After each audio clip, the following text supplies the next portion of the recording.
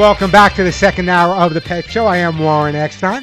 Hey, it's very, very rare that I do interviews on The Pet Show. The only time I'll do an interview if I feel that there's really, really a need to talk about it, and today is one of those days, because joining me in just a bit will be Leslie Gallagher McMahon, who's a certified canine massage therapist, certified canine rehabilitation therapist, founder, president of Two Hands for Paws. Leslie, as I said, is a certified canine rehabilitation therapist. She's also a teacher who not only trains her own growing staff of talented therapists, but who also regularly lectures on the benefits of canine rehabilitation to clubs, schools, and veterinary hospitals across the country. Leslie's mission with Two Hands for Paws is to help every dog that walks through her doors lead a happier, pain-free life regardless of age. And boy, I cannot agree more. Hey, Leslie, welcome to the Pet Show. Oh, I got to hit the button, don't I?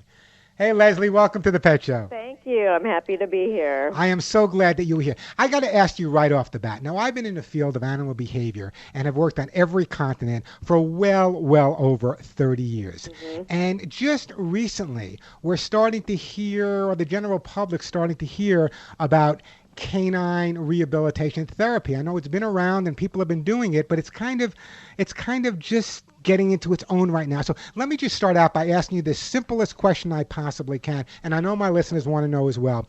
What is canine physical rehabilitation? Well, it's basically the exact same thing we do for humans, but we do it on dogs. A lot of people don't really understand physical therapy for animals, but we actually do more than just dogs. We do all kinds of wild animals too. But basically, we're working on animals who have been hit by a car, who've fallen off of a ledge and ruptured a disc in their back, dogs who've been diagnosed with a tumor, maybe a tumor in the spinal cord that's giving them difficulty walking, dogs who, probably the number one thing we see is dogs who tear their anterior cruciate ligament, which is just like what professional athletes do all the time. So just basically what we're doing is we're healing animals after an injury and getting the quality of their life better so that they're able to walk again, run again, play again, do the things that they like to do.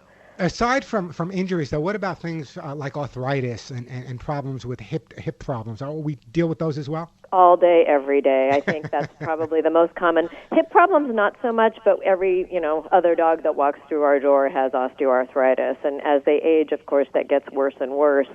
So we do a lot with pain management and medication and acupuncture and laser to try to bring the pain down so that they're more mobile.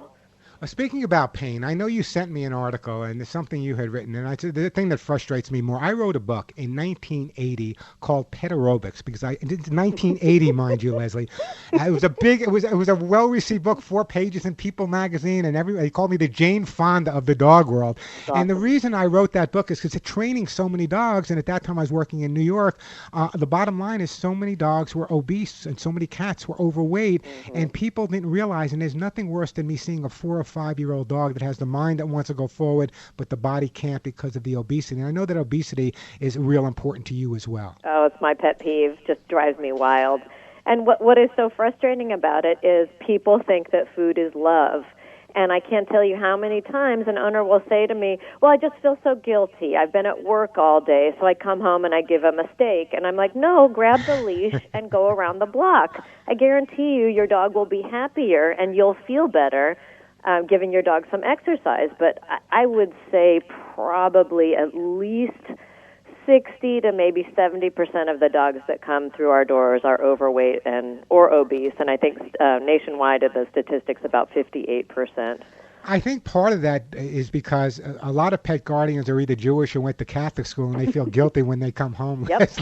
And food is love. I always tell people, as a behaviorist, when you come home, believe me, your dog would enjoy a lot more mental stimulation than a 2-cent biscuit. Absolutely. The biscuit doesn't last long, but the nice walk around the block feels good, and they get to see their neighbors and stretch their muscles and have a good time. So why is it, and this is another important question to me, why is it, I do this show, and then right after I get off the air, I'm doing my national and Canadian show. Why is it that I would say the majority of pet guardians have no idea that this even exists, that canine rehabilitation therapy even exists? I wish I knew. It's supremely frustrating to me. I mean, I go to hospitals, year in, year out, month in, month out, and lecture to veterinarians and veterinary technicians and everybody all the way to the receptionists about the importance of physical therapy for animals. But what drives me crazy is most people find us on the internet when they're frustrated that the Rimadyl isn't working or, whatever isn't working and they want to try something alternative. Owners tend to find us just by, Dr. Google. And I don't know why. I mean, canine physical, I've been doing this for 20 years, and we're getting, when I first started, I think there were 2 or 3 people in California doing PT on dogs. Now there's probably, 150 people doing it. So it's really a growing field, but it's quite frustrating. Veterinarians were not taught about physical therapy in vet school, but that is all about to change. Our medical director wrote the book on canine veterinary internal medicine, and his book is the next book that's coming out next year has a whole chapter on physical therapy. So every single veterinarian in the world will be learning about canine physical therapy because they all are required to read his book. And, it's so important because even years ago, from a behavioral standpoint, I was constantly battling with veterinarians, I'm talking about 25, 30 years ago, about behavior work with pets because right off the bat, if they had a dog or a cat, they'd give it some type of medication or nothing can be done.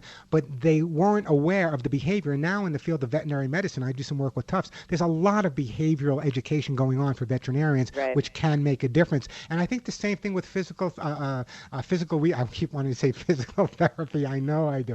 Can you use that term, or is there some law that says you can't? Physical therapy is protected by human physical therapists. So in the state of California, you're not allowed to use the term physical therapy because they get that all to themselves. So we have to call it physical rehabilitation. Right. So they're going to be coming for me because I said therapy. I know I can see them at my front door as That's all right. We all do it. Now, in terms of obesity, okay, because we all aware that if a dog or cat has hip problems or joint problems, but with the obesity aspect of it, the obesity actually creates what type of problems for our dogs and other animals that would cause the type of rehabilitation work that you guys do to be necessary? Well, any dog that's obese is going to be 60% more prone to getting cancer, which unfortunately we see all the time. They're going to be 50% more predisposed to getting hip dysplasia and 40% more predisposed to osteoarthritis. And, you can't really fix arthritis. You can just prevent it. And when they come in with it, you prevent it from getting worse. But obesity in our world is a big cause of dogs tearing their cruciate ligaments and rupturing discs in their back, because if you're thin and you take a tumble, you're probably going to be okay. But if you're 10 or 15 pounds overweight and you take a tumble, you rupture a disc in your back and suddenly you're paralyzed. So it's interesting because I have a close friend of mine that does a lot of fostering for German Shepherds. Not that they have hip problems, but does a lot of fostering for German Shepherds. And her weekends are spent with hydrotherapy and acupuncture and cold laser therapy. What are some of the treatments that are available for dogs and cats that most people would not be aware of? Other than, we're kind of aware of a pet massage. It's kind of interesting. I was joking the other day that in Southern California, I've yet to meet anyone who's not a dog trainer or a pet masseuse. It's hard to find someone who doesn't do that. That's funny. And it's true. That's the sad part. But I also understand that there's a lot of different types of therapy that are available. For example, my own German Shepherd, who I lost about a year ago, was the vets diagnosed him in Southern California. There's nothing we can do. He's got 3 months to live. A year and a half later, with some cold laser therapy and acupuncture, the dog had an incredible extra year and a half of quality of life. So what are some of the therapies that you guys use to really make a difference in the way our pets feel? Probably one of the biggest ones, or certainly the ones that people get most excited about, is the underwater treadmill. And that was actually developed for racehorses, 25, 30 years ago to keep them, their racing careers lasting longer. And then it was adapted, actually by the doctor who taught our canine rehab school. It was adapted by her for dogs. And what we do is we put these dogs in a tank and then fill up the water to whatever height we need and have them start walking or running, if they can, in the tank. And that helps build muscle. It helps, prevent pain. It reduces swelling. It's really great for arthritic, achy joints. But we also do a lot of work in a regular pool. We have a huge pool that we do a lot of hydrotherapy in. And that can range from, a lot of work with a paralyzed dog, hanging onto their back legs and actually working their back legs for them to sort of retrain the brain to get those legs working again. And we also do a lot with ultrasound. We do a ton of acupuncture. We do a lot of laser. We have about 150 different exercises that we use depending. Do you guys use the exercise ball? We do the exercise balls, absolutely. We do cavaletti pulls, we do, crawling exercises, we do stairs, we do ramps. So it's truly exactly like human PT, but adapted for animals. Now, having suffered pretty much for a long time with rheumatoid arthritis myself, having gone through physical therapy, one of the most important aspects of going through physical therapy is the relationship with the therapist. She's the person, or he's the person, that has to encourage you and really make a difference in you wanting to go forward. How important are you when you decide on the personality of the rehabilitators you work with? That's an interesting question. No one's ever asked that before. Welcome to the Pet Show, Leslie. That's great. The people that I tend to look for to work in this field have to have a heart of gold and have to be very, very compassionate. And it's interesting. It really tends to attract a person that's amazingly sensitive, and we are all incredibly sensitive here. But we too. It's interesting how people do tend to gravitate towards different personalities of dogs, and obviously different breeds of dogs. We all have our favorites. But people who work in canine physical therapy really, really need to be able to read an animal and to put their hands on them and to feel, what's going on in what area of the body that needs some support. So understanding, from my perspective, understanding the behavioral aspect of the animal they're working with is equally as important as the physical aspect. It's huge because you've got to be able to read that dog, and you need to know what that dog is thinking before they're thinking it, and you need to anticipate what they're going to do and how they're going to respond to the things that you're doing. So, as is any veterinary field, you always need to be careful. We do have aggressive dogs coming in here, and we have dogs that are in a ton of pain. So you really need to be aware of their personality. How much range of motion can you put that joint through before the dog's going to get ticked off? And just be able to read, if the dog is thinking about jumping out of the pool, you've got to be there to, prevent that from happening. Exactly. Hopefully tackle them before they do. So you really need to know the personality. When we do the initial consultation, it's an hour and a half, and there are 3 of us in the room peppering the owner with questions about their animal so we can learn the animal's behavior and personality and figure out, what we're going to be able to do that's going to be successful for that dog. And that's so critical. For all the years I served as the pet authority on the Today Show, I used to bring on a lot of different dogs with certain types of challenges. In fact, one of my friends, very close friend, Joyce Darrow, she wrote the book Pets with Disabilities and Extraordinary Dogs. And she was one of the first ones out there. She's based in Maryland. She's a physical therapist that turned this into a career working with animals. And so at that point, the majority of dogs she had were in wheelchairs or different types of carts. And the thing that always amazed me and frustrated me at the same time is just because a dog is paralyzed or just because a cat has some type of problem, it doesn't mean you have to put them to sleep. Right. And I noticed that you said, and I'm reading your notes, that you said 80% of all paralyzed dogs will in fact walk again. Yep. It's science, it's proven. This comes from neurological studies. And this is another, along with obesity, this is one of my big pet peeves, because so many veterinarians will tell the owner the dog has a stroke, if the dog has, some sort of a ruptured disc, if the dog's got, excruciating osteoarthritis in their spine and they can't walk. Most veterinarians will tell the owner, oh, not much we can do. You want to, think about quality of life and put him down. And that's hogwash. I mean, most of these dogs, 80% of these dogs will walk again with time and physical therapy. And I can't tell you how often I get a dog in here the owner found me on the internet because the vet said euthanize your dog. And I'm like, oh my God, he's going to walk again. I can almost guarantee it. And 6 weeks later, the dog comes jogging in.